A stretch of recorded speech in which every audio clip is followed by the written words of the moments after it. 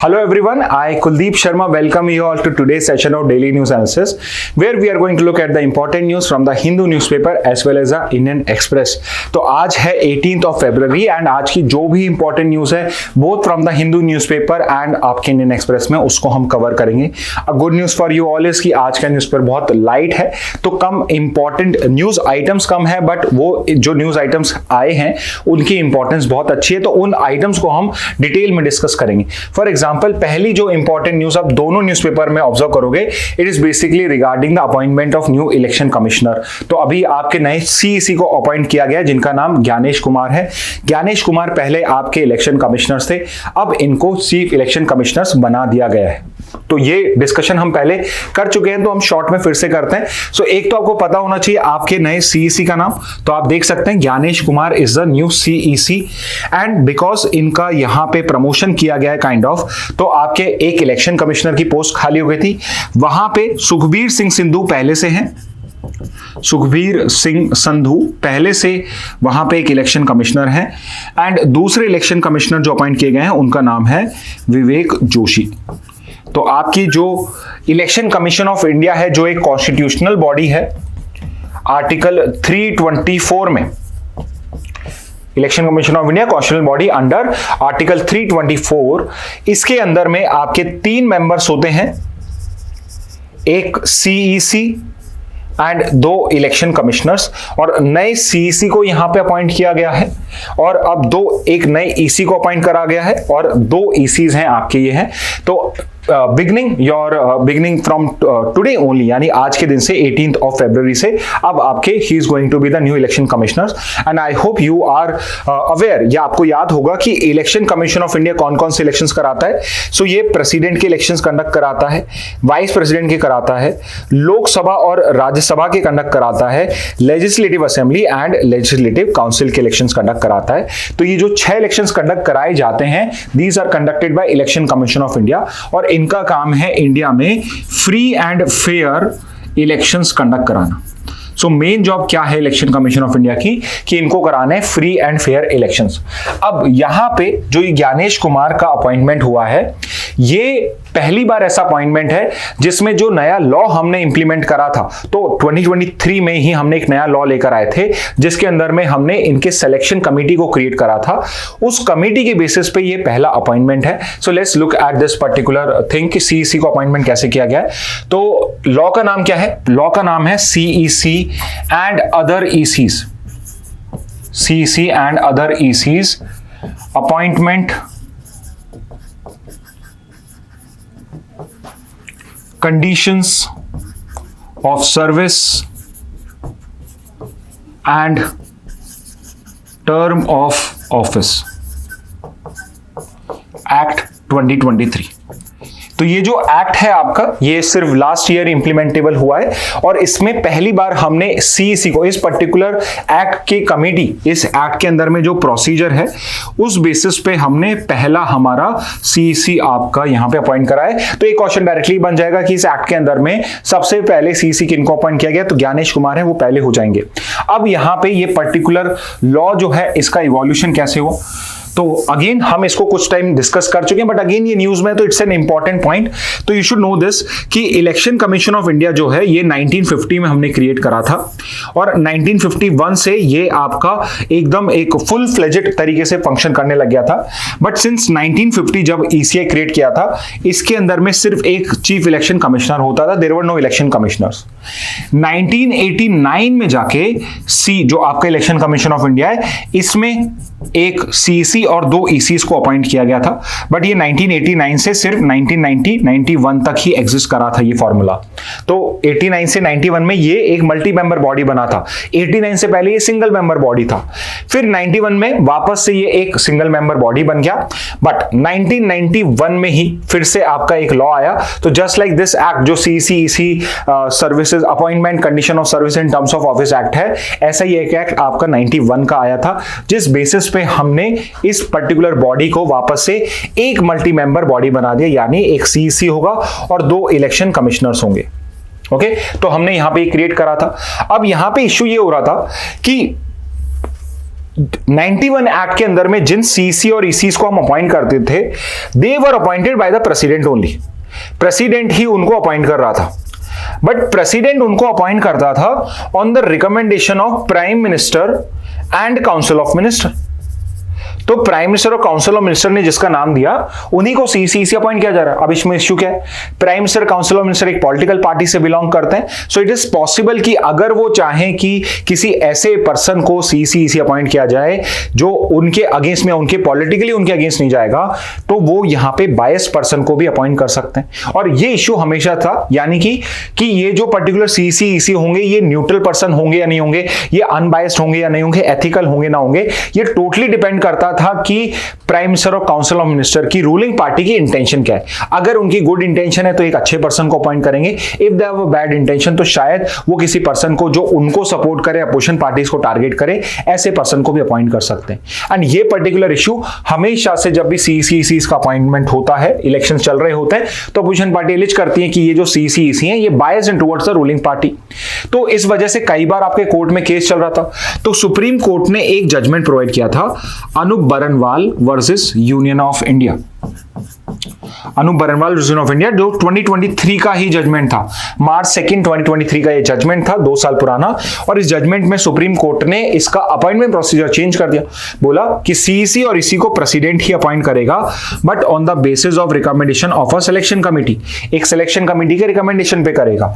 और selection committee में 3 members होंगे, there would be obviously prime minister, there would be a leader of opposition in Lok Sabha, and third person is going to be CGI.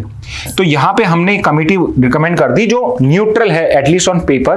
Prime minister usually ruling party से होगा, leader of opposition obviously opposition party से होगा, और CGI जो है, अब वो person हो सकता है कि किसी पॉलिटिकल पार्टी को सपोर्ट करता हो, बट एटलीस्ट वी एक्सपेक्ट कि जो सीजीआई का ऑफिस होल्डर होगा, जो सीजीआई का ऑफिस होगा, वो न्यूट्रल होगा।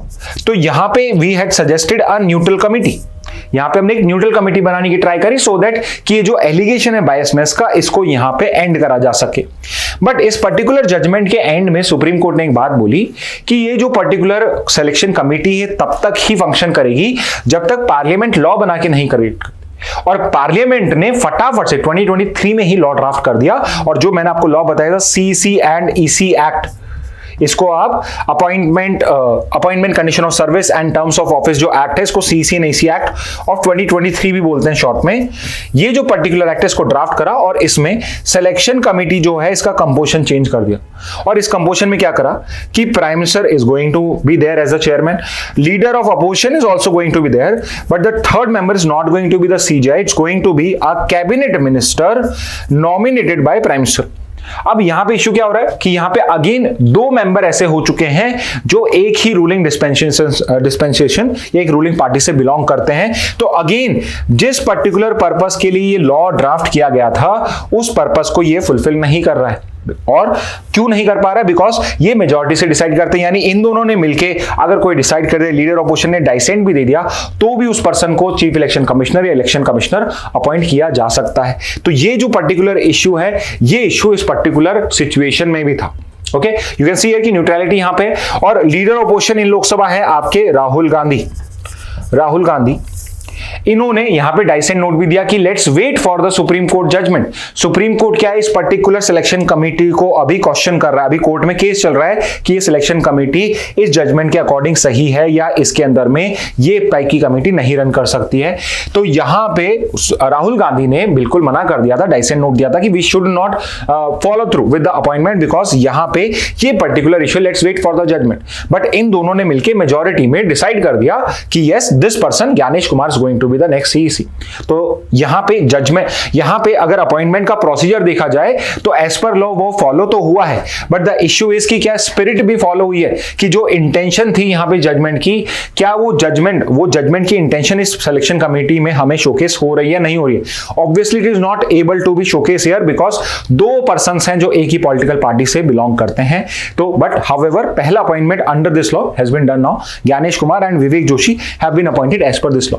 अब यहाँ पे एक क्वेश्चन मैं आपके लिए छोड़ के जा रहा हूं, बहुत सिंपल सा है. I know you know the prime minister of India. I know, I have already told you in this discussion कि leader of opposition in Lok Sabha कौन है. But I did not told you कि cabinet minister nominated by prime minister जो इस committee में है वो कौन है. तो आप मुझे कमेंट बॉक्स में बताइए कि वो कैबिनेट मिनिस्टर कौन है जो थर्ड मेंबर है इस पर्टिकुलर कमेटी का. Moreover, if you know this, leader of opposition in Lok Sabha Rahul Gandhi है. Who is leader of opposition in राज्य सभा? दोनों हाउसेज में अलग अलग लीडर ऑफ अपोजिशन होते हैं. दोनों हाउसेज में कौन है? ओके, तो ये आप मेंशन करिए मुझे कमेंट बॉक्स में. So this was your first news. Let's move to the next news. Next news है आपकी अभी रियाद जो सऊदी अरेबिया की कैपिटल है, वहां पे there is going to be a new peace summit to find a solution to the Russia Ukraine conflict. And interestingly इस particular peace summit में जो रियाद समिट जिसका नाम दिया जा रहा है अभी, because it is being held in Riyadh and being hosted by Saudi Arabia. Saudi Arabia से होस्ट कर रहे हैं, रियाद में समिट होल्ड करी जा रही है.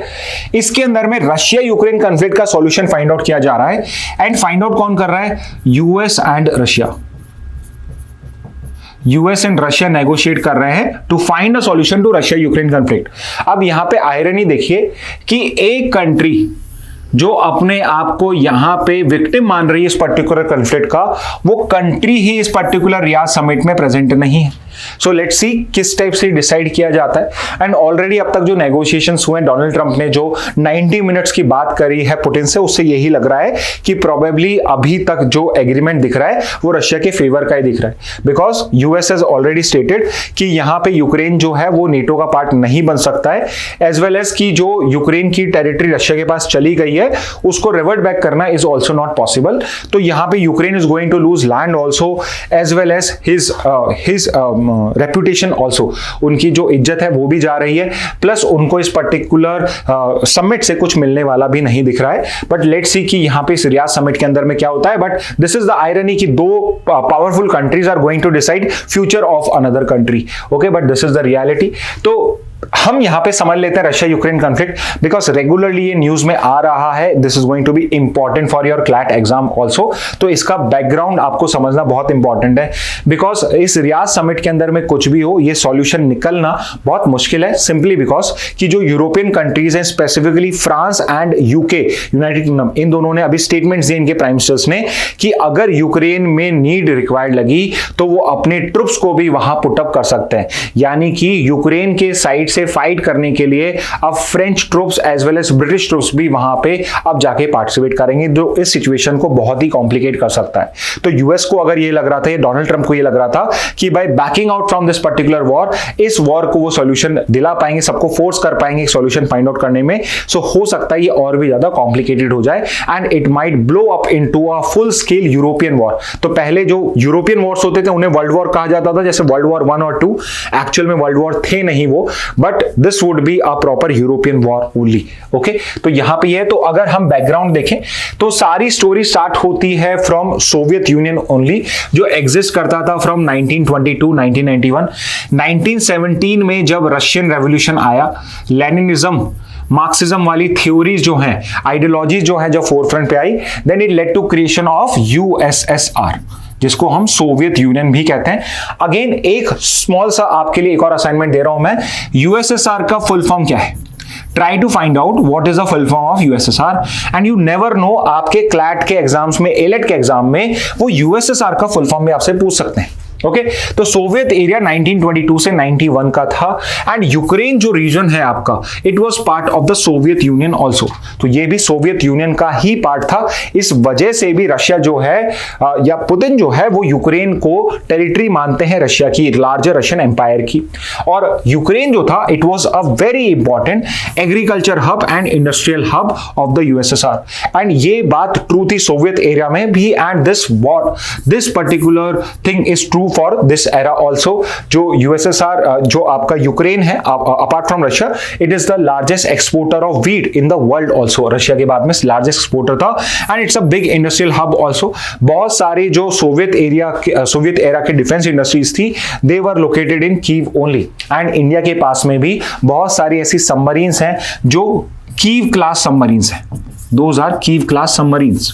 ओके तो ये सब इंडिया के पास में भी है। और कीव क्लास इज बेसिकली जो पहली सबमरीन था उसका नाम कीव होगा, उस बेसिस पे Kyiv class submarine. Okay so it was a industrial agriculture hub. तो 1922 से 1991 तक जब तक सिचुएशन नॉर्मल थी यूएसएसआर में तब तक सब कुछ ऐसे ही चलता रहा। बट 1991 में यूएसएसआर या सोवियत यूनियन जो है इसका ब्रेकडाउन हो गया। एंड जब इसका ब्रेकडाउन हुआ तो बहुत सारी ऑटोनॉमस रिपब्लिक निकल के आई, जिसमें से एक थी Ukraine. Ukraine was one of the big particular region of USSR जिसने इंडिपेंडेंस डिक्लेयर करी इन 1991। अगस्त 91 में इसने अपने आप को इंडिपेंडेंस डिक्लेयर कर दी। And it was a very pragmatic country जिसने अपने आप को प्रो यूरोपियन भी रखा एंड प्रो रशियन भी रखा। तो यहां पे ऐसा नहीं हुआ कि ये टोटली एक साइड में शिफ्ट हो गए कि ये प्रो रशियन थे या pro European. They try to kept a balance between pro-European and pro-Russian, but there was more tilt towards pro-Russian political ideologies also. But 2004 में एक ऑरेंज रेवोल्यूशन होता है जिसके अंदर में इलेक्शन फ्रॉड्स के क्वेश्चंस होते हैं, जिस वजह से यूक्रेन जो होता है वो वेस्ट में शिफ्ट हो जाता है। And one of the reason why this orange revolution took place was because वहां पे यूक्रेन में जो यूजुअली प्रेसिडेंट होते थे वो यूजुअली इलेक्शन फ्रॉड करके रशिया के पॉलिटिकल इन्फ्लुएंस की वजह से they were easily able to win those election, जिसमें से करप्ट पॉलिटिशियन थे जो आपके यूक्रेन के प्रेसिडेंट थे विक्टर यांकोविच। 2014 में जब क्रीमियन एनेक्सेशन होता है उससे जस्ट पहले विक्टर यांकोविच को यहां पे एक रेवोल्यूशन होता है आपका मैदान, इट्स नॉट मेडन, इट्स मैदान। वहां पे एक पर्टिकुलर स्क्वायर है, एक पर्टिकुलर चौराहे जिसका नाम मैदान है। तो मैदान रेवोल्यूशन 2014 में होता है which led to ouster of pro Russian president Viktor Yanukovych. So जब तक ये पर्टिकुलर यूक्रेन के प्रेसिडेंट थे Russia was not involve in Ukraine directly, इस तरह से मिलिट्री अटैक नहीं करा था। बट जब ये हुए इसके बाद में Russia started to take military action against Ukraine. And इन्होंने मार्च 2014 के अंदर में क्रीमिया जो एक रीजन है आपका उसको यहां पे एनेक्स कर लिया। That is a very important reason. Next slide में मैं आपको मैप शो करूंगा, उसमें आपको समझ में आएगा। एंड उसमें इश्यू या इन्होंने एलिगेशन क्या लगाया कि आपके जो रशियन स्पीकिंग सिटीजन्स हैं, तो because Ukraine was part of Russia only, so there are many Russian speaking citizens in Ukraine, many Ukrainian also know Russian language. तो रशिया ने बोला कि यहाँ पे जो रशियन स्पीकिंग पॉपुलेशन है उनके साथ में डिस्क्रिमिनेशन किया जा रहा है, उनके साथ में इल ट्रीटमेंट किया जा रहा है, तो उनको प्रोटेक्ट करने के लिए आई एम एनेक्सिंग क्रीमिया। और यहाँ पे एक इंटरनेशनल कंडेमनेशन स्टार्ट हुआ, वेस्टर्न सैंक्शंस लगाए गए, यूरोपियन कंट्रीज ने रशिया के साथ अपने कनेक्शंस कट करने स्टार्ट कर लिए। But very soon it was realized कि यहां पे अब जो रशिया है वो स्टेप ले चुका है, अब इसको रिवर्स कर पाना बहुत मुश्किल है। तो यहां पे अगर आप इस रीजन को देखेंगे, so this is the Black Sea जो रशिया के नीचे आपको दिख रहा है, this is the Black Sea. Okay और ये जो पर्टिकुलर रीजन आपको दिख रहा है लाइट ऑरेंज में, this is the Crimea region, this was Crimea. और ये आप देख पा रहे हैं एक छोटे से लैंड बॉर्डर से कनेक्टेड है। एंड दिस सेवेस्टोपोल और जो आपकी कर्ज स्ट्रेट है, नोवी स्ट्रेट है, याल्टा है, Yalta conference is very famous. Sevastopol is a very important military port, naval port है आपका यूक्रेन का। इन सबको अब रशिया ने एक्वायर कर लिया था 2014 के अंदर में। ओके एंड जब ये पर्टिकुलर एक्विजिशन हुआ उसके बाद में यूरोपियन कंट्रीज ने एक बार वेस्टर्न सैंक्शंस लगाए, but Russia was unmoved by all of these. And उस टाइम में इस टाइप से शो करा गया कि Russia is ready to now bring peace to Ukraine, इसके बाद में वो कुछ नहीं करेगा। तो फिर कुछ एग्रीमेंट साइन करे गए, कुछ पीस कॉन्फ्रेंसेस करे गए, एंड उसके अंदर में इट वाज एक्सेप्टेड कि Crimea is going to be part of Russia. एक पार्शियल इसमें रिकॉग्निशन मिल गया था। और यहां पे एक्सपेक्टेशन ये थी वेस्टर्न लीडर्स के कि क्रीमिया की चीज अगर हम क्रीमिया रशिया को दे देते हैं तो उसके बाद में रशिया जो है अब आगे जाके कुछ और चीज नहीं करेगा। But at the same time अगर आप इस पर्टिकुलर मैप को ऑब्जर्व करेंगे, दिस इज योर रशिया और ये यूक्रेन है, और यूक्रेन का ही एक रीजन है यहां पे जिसको बोला जाता है डोनबास बोला जाता है इस पर्टिकुलर रीजन को। और इसमें दो स्पेसिफिक आपके प्रोविंसेस हैं, एक तो है डोनेस्क और एक है लुहांस्क। तो जैसे इंडिया में स्टेट्स होती है, डोनेस्क और लुहांस्क स्टेट्स हैं यूक्रेन के अंदर में, और ये जो पर्टिकुलर रीजन है ज्योग्राफिकली इसको बोला जाता है द डोनबास रीजन। अब बिकॉज ये रशिया से बॉर्डर टच करता है तो यहां पर भी बहुत सारी रशियन स्पीकिंग पॉपुलेशन रहती है। Russian speaking population and these are pro Russian people also, but do not think सारे ही प्रो रशियन है, there is a mix of population. तो यहां पे डोनेट्स्क और लुहांस्क जो आपके प्रोविंस थे, इन्होंने इंडिपेंडेंस डिक्लेयर कर दी सिंस 2014, ठीक है। और उस वजह से apart from this Crimea crisis, यहां पर भी यूक्रेन जो था वो इन्वॉल्व था, डोनबास रीजन में, डोनेट्स्क और लुहांस्क के अंदर में। And the allegation which Ukraine put on Russia was that यहां पे जो पर्टिकुलर लोग हैं जो बेसिकली यहां पे यूक्रेन से फाइट कर रहे हैं, उनको रशिया हेल्प आउट कर रहा है, but Russia denied this particular allegation openly, at least जब तक उसने खुद ने लॉन्च नहीं करा।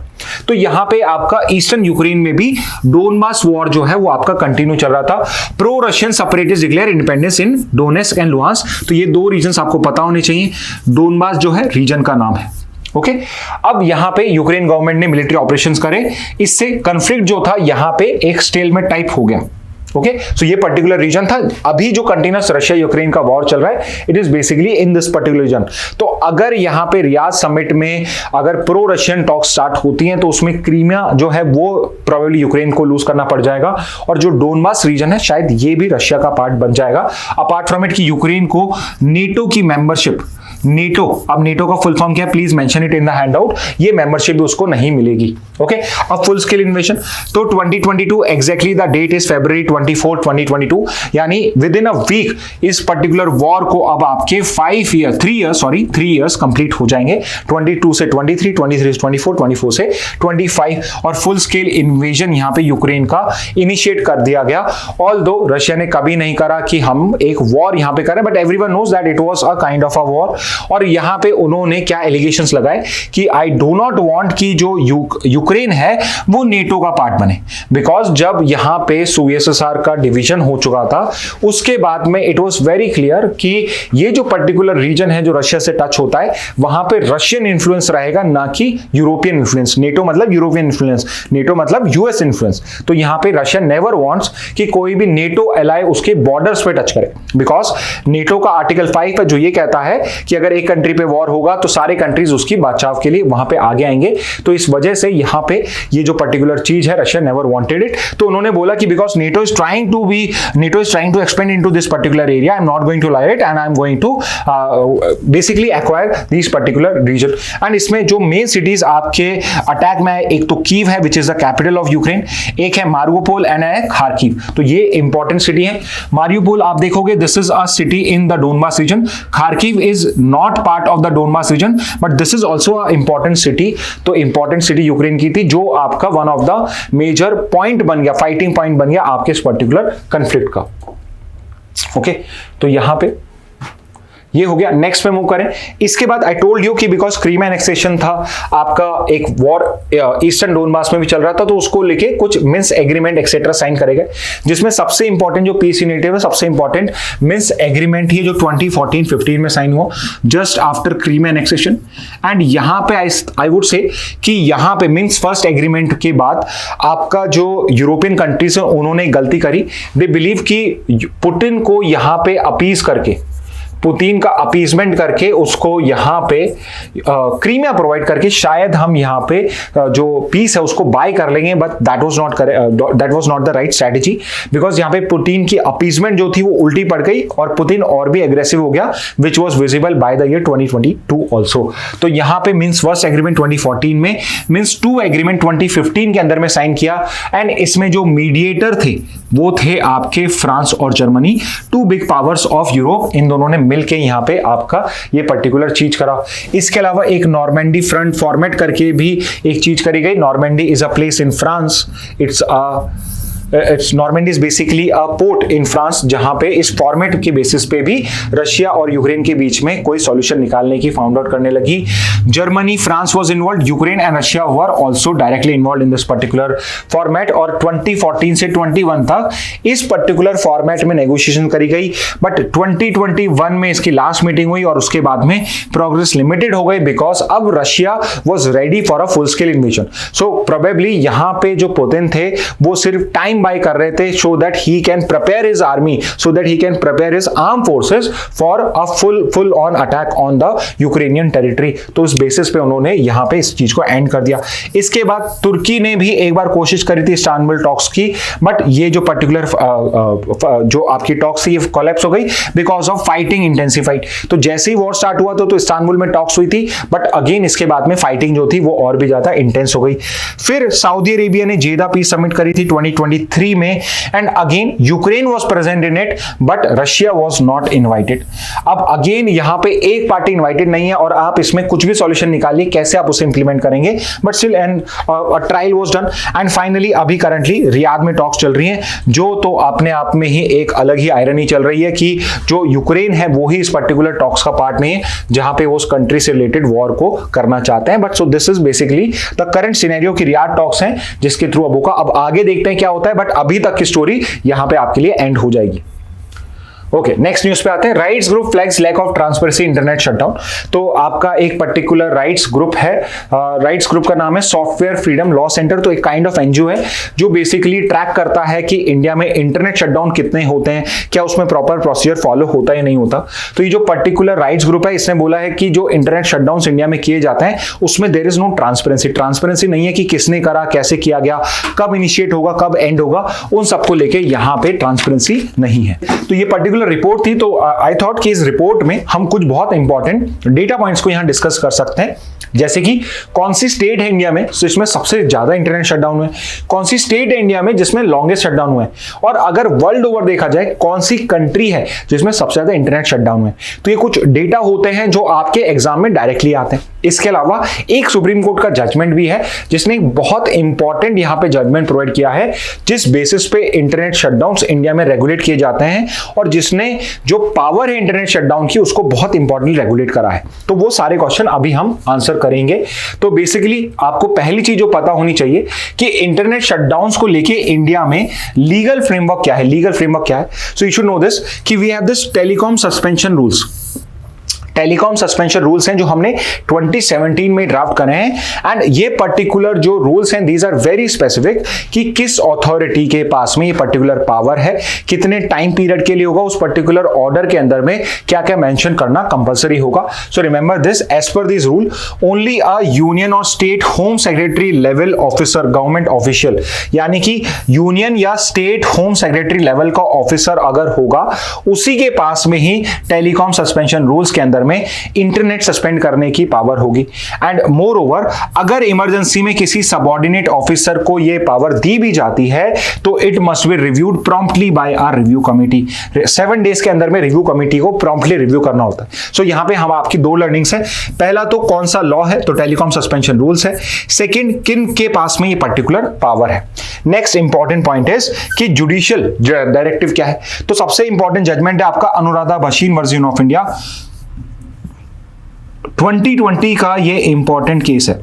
2020 का ये इंपॉर्टेंट केस है Anuradha Bhasin version of India.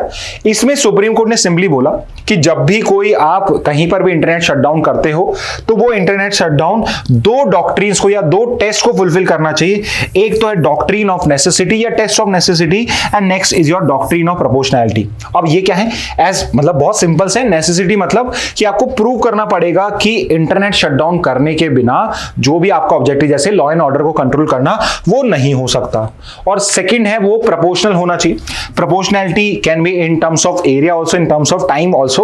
For example कि लेट्स से अगर एक्स सिटी के अंदर में, किसी स्टेट में एक्स सिटी के अंदर में यहां पे लेट्स से कोई कम्युनल वायलेंस हुआ है तो वहां पे इंटरनेट शटडाउन अगर करा जाता है सो वो प्रोपोर्शनल होगा। बट एक्स सिटी के अंदर में अगर कम्युनल वायलेंस आज हुआ है और मैं नोटिस निकालता हूं कि 1 महीने सस्पेंडेड है सो वो इन प्रोपोर्शनल हो जाएगा, बिकॉज यहां पे वो प्रोपोर्शनल नहीं है, वो एज पर व्हाट इज हैपनिंग उसको कंट्रोल करने के लिए रिक्वायर्ड नहीं है। या फिर एक्स सिटी में हुआ है और मैं पूरी स्टेट में इंटरनेट शटडाउन कर देता हूं और इसमें I am not able to prove कि पूरे स्टेट के अंदर में क्यों लगाना जरूरी है, तो ये इस पर्टिकुलर टेस्ट को वायलेट करता है। And moreover very importantly that there should be a definite internet suspension, मतलब कि आप उस पर्टिकुलर मैसेज के अंदर में अपने जो आपका ऑर्डर होगा सस्पेंशन रूल्स में, उसमें यू हैव टू मेंशन कि ये जो पर्टिकुलर सस्पेंशन है ये इनिशियली किस पर्टिकुलर टाइम पीरियड के लिए आप अप्लाई करोगे।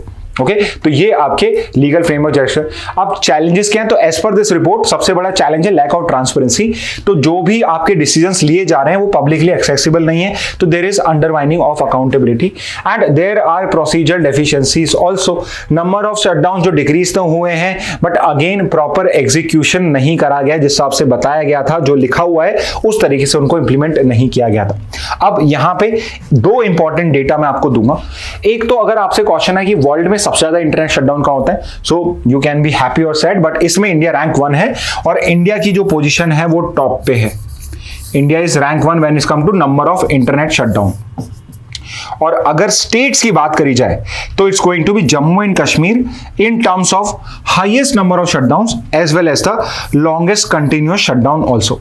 तो अगर हाईएस्ट नंबर ऑफ शटडाउन्स की बात करी जाए एंड लॉन्गेस्ट कंटिन्यूअस ब्लैकआउट की बात भी करी जाए, जो 2019 के आपके जब आर्टिकल 370 को रिमूव किया गया था तब की बात है, तो लॉन्गेस्ट कंटिन्यूअस ब्लैकआउट की बात करी जाए या हाईएस्ट नंबर ऑफ शटडाउन की बात करी जाए, दोनों ही सिचुएशन में Jammu and Kashmir is going to be the answer. So very easy to remember, India, Jammu and Kashmir is going to be the top players when it comes to internet shutdown. Okay next news पे आते हैं। Supreme Court puts off cases challenging place of worship act with centre yet to file a response. तो इसको भी हम कर चुके हैं, फिर से न्यूज में आया। तो आपका प्लेसेस ऑफ वर्शिप एक्ट है 1991 का, जो ये कहता है कि जितने भी प्लेसेस ऑफ वर्शिप हैं, रिलीजियस कैरेक्टर जो इनका जो रिलीजियस कैरेक्टर था ऑन अगस्त 15, 1947 यानी on the day of independence, इनका जो रिलीजियस कैरेक्टर था, नेचर था, मतलब एक कोई particular place of worship as a temple use किया जा रहा है, कोई बिल्डिंग टेंपल की तरह यूज करी जा रही है, कोई पर्टिकुलर बिल्डिंग या place as a mosque utilise करी जा रही है, एज अ गुरुद्वारा यूटिलाइज करी जा रही है, let's say till August 15, 1947। So after अगस्त 15, 1947 इसका रिलीजियस कैरेक्टर चेंज नहीं किया जा सकता है। No change can be done in the religious character. एक टेंपल मॉस्क नहीं बनेगा, एक मॉस्क टेंपल नहीं बनेगा, and for others also the same. Okay तो ये चीज प्लेस ऑफ वर्शिप एक्ट करी जाती है। इसमें एक एक्सेप्शन है बाबरी मस्जिद का था कि इसका क्योंकि केस पहले से पेंडिंग था, तो ये एक एक्सेप्शन में था। तो ये जो particular place of worship act है, इसको सुप्रीम कोर्ट में चैलेंज किया गया है फॉर इट्स कॉन्स्टिट्यूशनैलिटी, कि ये अगेंस्ट द कॉन्स्टिट्यूशन जाता है। किस बेसिस पे जाता है? प्लेस ऑफ वर्शिप एक्ट कहता है कि कोई भी ऐसा केस जिनको हम सूट बोलते हैं, आप कोर्ट में फाइल नहीं करोगे जिसमें रिलीजियस कैरेक्टर को चेंज करने के लिए आपने पेटिशन करी हो। तो यहां पे पावर ऑफ जुडिशियल रिव्यू जो है उसको रिस्ट्रिक्ट किया जा रहा है, पावर ऑफ जुडिशियल रिव्यू को रिस्ट्रिक्ट किया जा रहा है, जो सुप्रीम कोर्ट आपका बेसिक फीचर डिक्लेयर कर चुका है। तो again I am not going to detail because just अभी हमने 2 दिन पहले इस सबको डिस्कस करा है। तो बेसिक फीचर होता है, तो यहां पे कोर्ट में चैलेंज किया गया कि अगर ये पावर जुडिशियल रिव्यू को रिस्ट्रिक्ट कर रही है, बेसिक फीचर को वायलेट कर रही है, तो दिस इज अनकॉन्स्टिट्यूशनल। तो सुप्रीम कोर्ट के अंदर में ये केस फाइल है, सेंटर से जवाब मांगा गया था, सेंटर ने अपना रिप्लाई फाइल नहीं करा है, तो एज ऑफ नाउ इसको अभी साइड में पुटअप करा हुआ है। सो लेट्स सी इसको बाद में किस तरीके से करा जाता है। Moving on to the next one, next news पे आते हैं। Samagra Shiksha fund is not a party issue but a state issue. So आपकी एक पर्टिकुलर स्कीम है समग्र शिक्षा स्कीम। तो स्कीम्स है, तो स्कीम्स में सिर्फ उसके जो फैक्चुअल्स होते हैं वो आपके लिए इंपॉर्टेंट होते हैं। तमिलनाडु गवर्नमेंट के साथ हमारे इश्यूज चल रहे हैं for implementation of this particular scheme. Why? Because central government ने स्कीम लॉन्च करी थी 2018 के अंदर में, एंड इसके अंदर में, इस पर्टिकुलर स्कीम के अंदर में आपको पैसा मिलता है to improve the infra, teacher training and your learning outcomes. इन सब ऑब्जेक्टिव्स के लिए आपको पैसा मिलता है अंडर द समग्र शिक्षा स्कीम जो सेंट्रल गवर्नमेंट प्रोवाइड करती है। बट इसमें एक कंडीशन अटैच है, एंड द कंडीशन इज कि आपको आपकी इंडिया की नेशनल एजुकेशन पॉलिसी जो है उसको साइन करना पड़ेगा, उसको आपको इंप्लीमेंट करना पड़ेगा। एंड तमिलनाडु जो है इस पर्टिकुलर आर्ग्यूमेंट के अगेंस्ट में आर्ग्यू करती है। वो ये कहती है कि आप एक पर्टिकुलर स्कीम की इंप्लीमेंटेशन दूसरी स्कीम की इंप्लीमेंटेशन पे बाउंड नहीं कर सकते। If I as a state government, I am a federal government, तो मैं अगर चाहता हूं कि मैं ये स्कीम इंप्लीमेंट करूं, ये नहीं करूं, तो I have the right to do so. तो आप मुझे बाउंड नहीं कर सकते हो। तो इस वजह से आपकी जो सेंट्रल गवर्नमेंट है वो समग्र शिक्षा स्कीम की वजह से, बिकॉज एनईपी इस पे इंप्लीमेंट नहीं करा है, तो समग्र शिक्षा स्कीम के अंदर में जो पैसा इनको मिलना चाहिए था तमिलनाडु को, उसको भी उन्होंने पॉज कर रखा है। तो यहां पे तमिलनाडु जो गवर्नमेंट है इसके अगेंस्ट में आर्ग्यू कर रही है। तो ये जो आपकी समग्र शिक्षा स्कीम है, इसके क्या क्या कॉम्पोनेंट है? एक तो ये राइट टू एजुकेशन एक्ट, जिसके अंदर में आपके 40% सीट्स को, 25% सीट्स को आप रिजर्व रखते हो, वो प्रोवाइडेड है। स्कूल के grants, teacher salaries, mid day meals का पैसा, free uniform, text book, digital infra, इन सब का पैसा होता है। Vocational education secondary and senior secondary students के लिए, ये सब भी आपके समाज शिक्षा अभियान का पार्ट है, शिक्षा स्कीम का पार्ट है। और इन सब कंपोनेंट्स के लिए पैसा जो तमिलनाडु स्टेट है उसको नहीं मिल रहा है। इसका फंडिंग पैटर्न क्या है? सो बिकॉज ये एक जॉइंटली फंडेड स्कीम है, 60% पैसा सेंट्रल गवर्नमेंट देती है, 40% पैसा स्टेट गवर्नमेंट देती है, बट यहां पे जो सेंटर है वो 60% पैसा अपना नहीं यहां पे कर रही है। इश्यू क्या है? Conditional funding. So I just told you कि ये जो पर्टिकुलर समाज शिक्षा का फंड्स है ये तमिलनाडु को इस कंडीशन पे मिलेंगे कि वो नेशनल एजुकेशन पॉलिसी को यहां पे इंप्लीमेंट करे। अब इस पर्टिकुलर पॉलिसी में इशू क्या है तमिलनाडु को? जो आपकी ये नेशनल एजुकेशन पॉलिसी है ये एक 3 लैंग्वेज फॉर्मूला पे वर्क करती है, जिसमें हिंदी तो है, बट ये प्लीज इसमें कंफ्यूज मत होना। जो नेशनल एजुकेशन पॉलिसी आपकी ये 3 लैंग्वेजेस की बात करती है कि आप 3 लैंग्वेजेस पढ़ाएंगे आपके स्कूल्स के अंदर में, usually 5th to 8th class के अंदर में। So if you are in 5th to 8th class, if you remember, जब आप 5th to 8th क्लास में थे आपने एक एक्स्ट्रा लैंग्वेज और पढ़ी होगी अपार्ट फ्रॉम इंग्लिश, हिंदी, जो यहाँ यूजुअली होती है संस्कृत या कोई फॉरेन लैंग्वेज, फ्रेंच, जर्मन, वो पढ़ी होगी। एनईपी 2020 के बाद से हर particular 5th to 8th class में 3 लैंग्वेज फॉर्मूला आपको इंप्लीमेंट करना पड़ेगा। और यहां पे इट इज नॉट नेसेसरी कि हिंदी उनमें से एक हो, बट तमिलनाडु जो है वो सिर्फ 2 लैंग्वेज फॉर्मूला इंप्लीमेंट करता है। तो कोई पर्टिकुलर स्कूल अगर करवाना चाहे तो करे, बट इनकी पॉलिसी के अंदर में सिर्फ 2 लैंग्वेजेस फॉर्मूला है। एक तो उसके अंदर में इंग्लिश है और दूसरी उसके अंदर में तमिल है। एंड तमिलनाडु जो है वो 3 लैंग्वेज फॉर्मूला को इंप्लीमेंट करने के लिए रेडी नहीं है। बट अगर एनईपी अगर उसको एनईपी को वो साइन करता है या उसके लिए वो एमओयू साइन करता है समाज शिक्षा फंड के लिए, तो उसको भी 3 लैंग्वेज फॉर्मूला यहां पे इंप्लीमेंट करना पड़ेगा, जो तमिलनाडु एग्री नहीं करता है। तो मेन पॉइंट ऑफ कंटेंशन क्या है? पहला तो है 3 लैंग्वेज फॉर्मूला, एक और है exam pattern for class 3, 5th, 8th। तो आपका जो पुराना एजुकेशन पॉलिसी था उसके अंदर में हमने अमेंड्स करके क्लास 3rd, 5th और 8th के अंदर में एग्जाम सिस्टम रिमूव कर दिया था। एनईपी के अंदर में वापस से एग्जाम सिस्टम को इंट्रोड्यूस कर दिया गया है।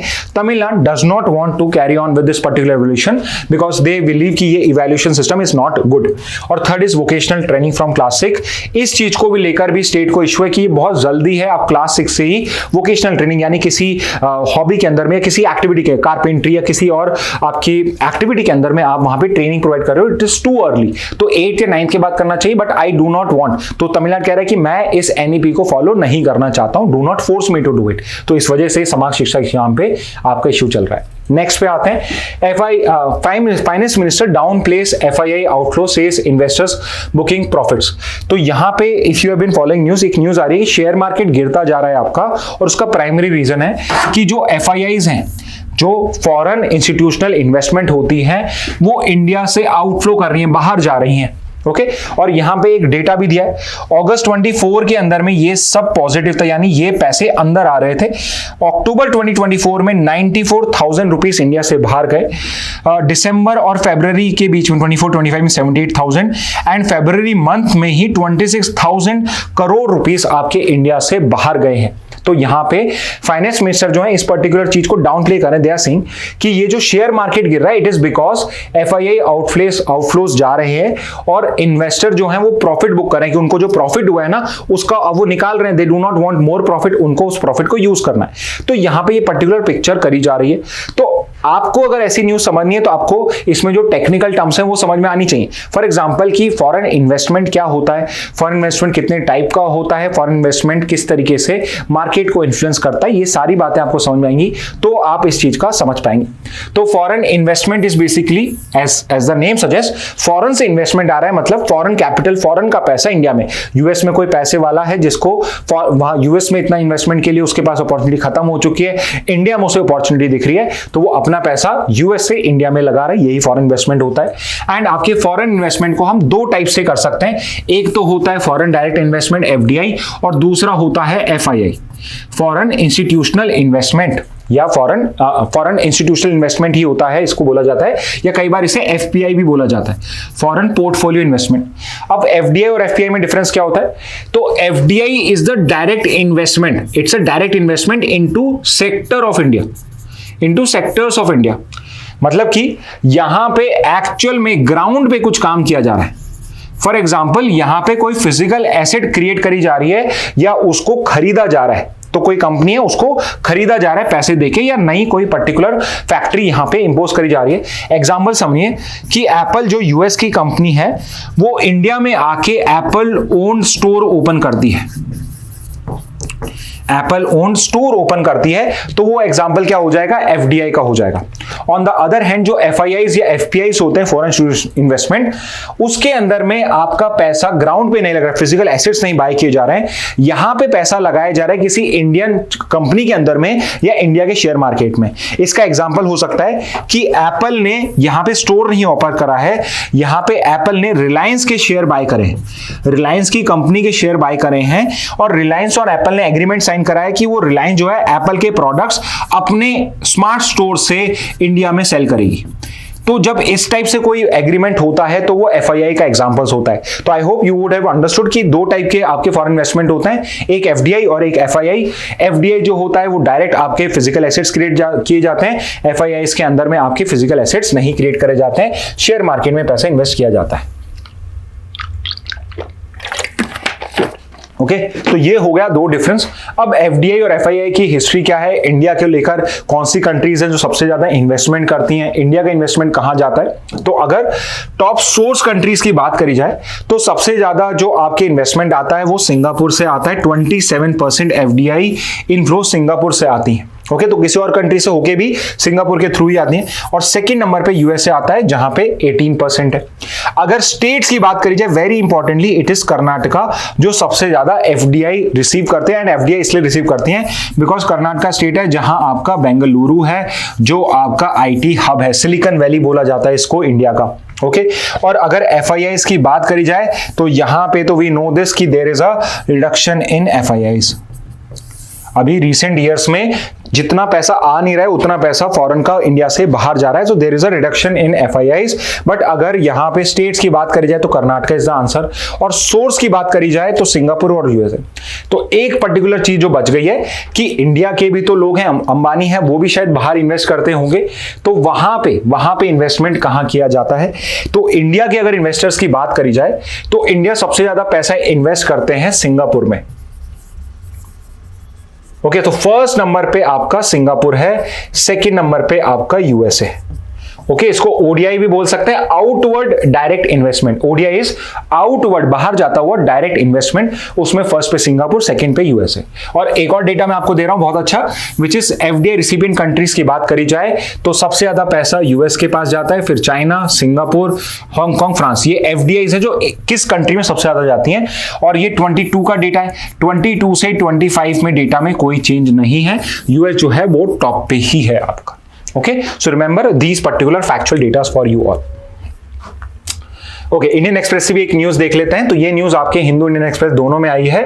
यहां पे आपकी जो आरबीआई है, it is thinking of, RBI जो है और आपकी जो सेक्रेटरी है फाइनेंस डिपार्टमेंट जो है वो यहां पे डिसाइड कर रहे हैं कि जो आपकी डिपॉजिट इंश्योरेंस की लिमिट है जो करंटली 5 लाख रुपीज की है, इसको इंक्रीज करने की बात करी जा रही है। And it is being increase because अभी एक बैंक फ्रॉड हुआ है, एंड इस वजह से उस बैंक फ्रॉड के बाद में आरबीआई ने वहां पे डिपॉजिट के ऊपर पे लिमिट पुट अप कर दी है, बिकॉज 122 करोड़ का यहां पे एक बैंक फ्रॉड हुआ है।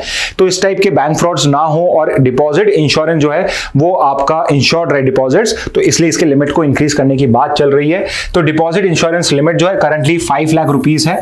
अब क्वेश्चन ये आता है कि what exactly is deposit insurance. तो आप जब भी कहीं किसी बैंक में अपना डिपॉजिट करते हो तो उस डिपॉजिट पे एक इंश्योरेंस भी आपको मिलता है, विच मींस कि कल अगर आपका बैंक ही बैंकरप्ट हो जाए, बैंक के पास ही आपको पैसा ना दिया जाए, बैंक ही दिवालिया हो जाए, तो आपका 5 लाख रुपीस तक एक अकाउंट में, मतलब अगर 2 बैंक अकाउंट्स हैं तो 5 + 5 10 हो जाएगा। बट एक बैंक के अंदर में आपका अगर एक बैंक अकाउंट है, उस बैंक अकाउंट में मल्टीपल, एक ही बैंक में 50 बैंक अकाउंट है तो भी 5 लाख तक ही होगा, बट डिफरेंट बैंक्स में ये इंक्रीज हो जाएगी, लिमिट इंक्रीज हो जाएगी। तो एक बैंक में एक अकाउंट में आपके 5 लाख रुपीस तक इंश्योर्ड होते हैं, और ये जो पर्टिकुलर इंश्योरेंस है ये आपको प्रोवाइड करा जाता है bye deposit insurance and credit guarantee corporation. ये जो पर्टिकुलर अथॉरिटी है जो आपके 90 1961 के एक्ट में क्रिएट करी गई थी। ये पर्टिकुलर बॉडी डिपॉजिट इंश्योरेंस को आपके गारंटी करती है और ये जो पर्टिकुलर बॉडी है ये एक आरबीआई की ही सब्सिडरी है। रिमेंबर दिस, आरबीआई की ही पार्ट है ये और ये आपको डिपॉजिट इंश्योरेंस को और क्रेडिट को गारंटी प्रोवाइड करती है। ओके, तो ये अभी 5 लाख लिमिट है, इसको अब इंक्रीज करने की बात चल रही है और 2020 तक तो ये सिर्फ 1 लाख रुपए थी। 2020 में भी एक पर्टिकुलर महाराष्ट्र के बैंक के अंदर में ऐसा ही बैंक फ्रॉड हुआ था, उसके बाद इसको इंक्रीज करके 5 लाख करा गया था। फिर से एक और यहां पे आपका ब्रीच हुआ है तो अब इसे फिर से इंक्रीज करने की बात है। तो आरबीआई और डीआईसीजीसी का रोल इंपॉर्टेंट हो जाता है।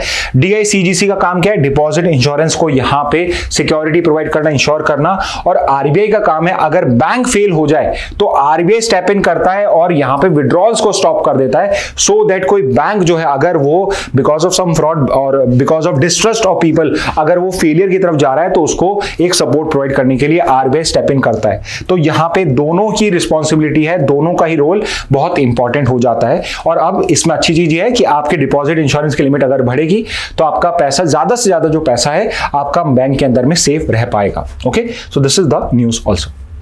Okay students, so these were the news from today's Hindu and Indian express. आज का न्यूज़पेपर जो था इसके अंदर में कुछ ही न्यूज आई है बट बहुत इंपॉर्टेंट न्यूज आई है, तो आज हमने उनको अच्छे से कवर करा है।